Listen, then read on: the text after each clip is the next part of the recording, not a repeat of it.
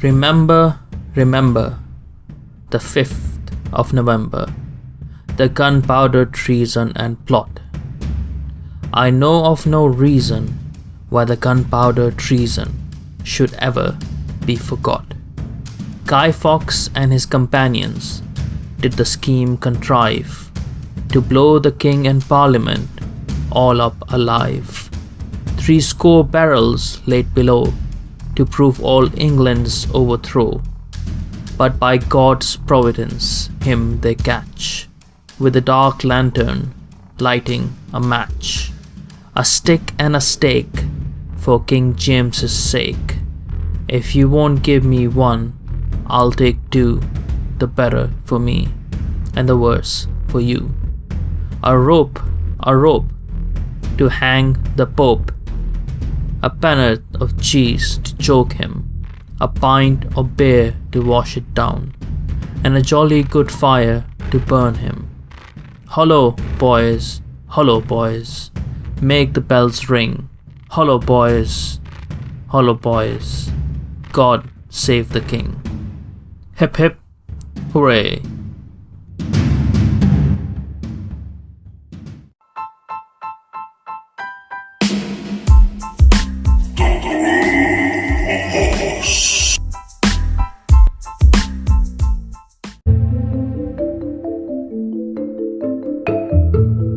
Hi there everyone, Mohammed Najmi here, and today I have for you a bit of information about Bonfire Night, the Gunpowder Plot. On the 5th of November, people across the UK celebrate Bonfire Night with fireworks, bonfires, sparkles, toffee apples and whatever. The reason we do it is because it's the anniversary of a failed attempt to blow up the House of Parliament. This was called the Gunpowder Plot. When we light bonfires to remember this event, traditionally there would be a dummy man on the top. It is called the Guy and represents a man who was part of the plot called Guy Fawkes. So let me tell you a bit more about the Gunpowder Plot. The Gunpowder Plot conspirators led by Robert Catesby were Roman Catholics enraged at King James I for refusing to grant greater religious tolerance to Catholics. They planned to blow up the House of Parliament during the state opening of Parliament, intending to kill the king and members of Parliament in order to clear the way to re-establishing Catholic rule in England. See, when there's a state opening of Parliament, even to this day, the king or the queen, whoever is the monarch, opens the parliament. So they would be there for that event, and that's why it was planned to happen on that day. The event of the state opening of parliament in the House of Lords chamber takes place on the first day of a new session, which is usually in May or June and traditionally in November, but can occur at any time of year depending on the timing of general elections and parliamentary sessions start dates. It takes place in front of both houses of parliament, the House of Commons and the House of Lords, and the monarch wearing the imperial state crown reads a speech that has been prepared by his or her government outlining its plans for that parliamentary year. The plan failed when the conspirators were betrayed. One of them, Guy Fawkes, was taken into custody the evening before the attack, in the cellar where the explosives to be used were stashed. The other conspirators were all either killed resisting capture or, like Fawkes, tried, convicted and executed. In the aftermath, Parliament declared November the 5th a national day of Thanksgiving, and the first celebration of it took place in 1606. Today, Guy Fawkes Day, as I mentioned before, is celebrated in the United Kingdom in a number of countries that were formerly part of the British Empire, with parades, fireworks, bonfires and food. Straw effigies of Fawkes are tossed on the bonfire, as are in more recent years in some places those of contemporary political figures. Traditionally, children carried these effigies called guys through the streets in the days leading up to Guy Fawkes Day and asked passerbys for a penny for the guy, often reciting rhymes associated with the occasion, the best known of which take dates back from the 18th century. The one that I narrated at the start of this podcast, remember the 5th of November. Fireworks are a major component of most Guy Fawkes Day celebrations, representing the explosives that were never used by the plotters. Now, guards perform an annual search of the Parliament building to check for potential arsonists, although it is more ceremonial than serious.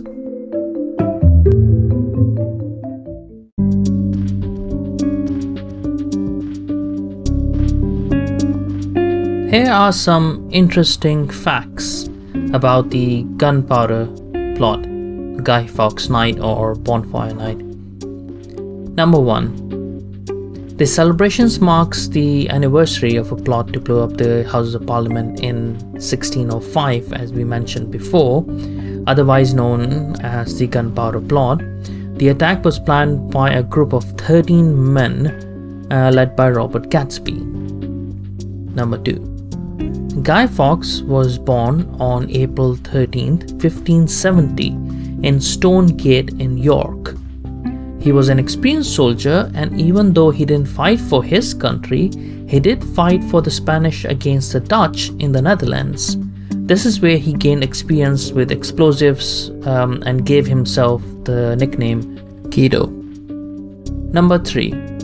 The authorities discovered 36 barrels of gunpowder below Westminster Palace on November the 5th after being tipped off by an anonymous letter. This is where Guy Fawkes was found guarding the explosives. Number 4. The 36 barrels of gunpowder would have completely destroyed the building and caused several damage to buildings within a mile radius of it. Ironically, however, the cellar where the gunpowder was stored and the Houses of Parliament were later destroyed in an accidental fire in 1834. He only had to wait 200 years or so. Number 5. During his involvement in the Gunpowder Plot, Guy Fawkes called himself John Johnson and gave this name when he was arrested. Number 6. Shortly after being discovered, Fawkes was taken to the king's bedchamber to explain why he wanted to kill him and blow up Parliament. Fawkes said that he regarded the king as a disease since he had been excommunicated by the Pope. Number 7. Under torture, it took 4 days for Guy Fawkes to admit to his part in the Gunpowder Plot and give names of other people involved in it. Number 8. Fawkes and the others involved were tried on the 31st of January 1606 and then hung, drawn and quartered in the old palace yard in Westminster. As he, Fawkes, awaited his punishment on the gallows, he leapt to his death and actually died from a broken neck. Contrary to popular belief, Fawkes wasn't thrown onto a bonfire. Number 9. The Houses of Parliament are still searched once a year to make sure there are no conspirators hiding with explosives. Number 10. Guy Fawkes has an island named after him. To the northwest of Santa Cruz Island in the Galapagos Islands, a collection of 2 uninhabited crescent-shaped islands are named Guy Fawkes Island.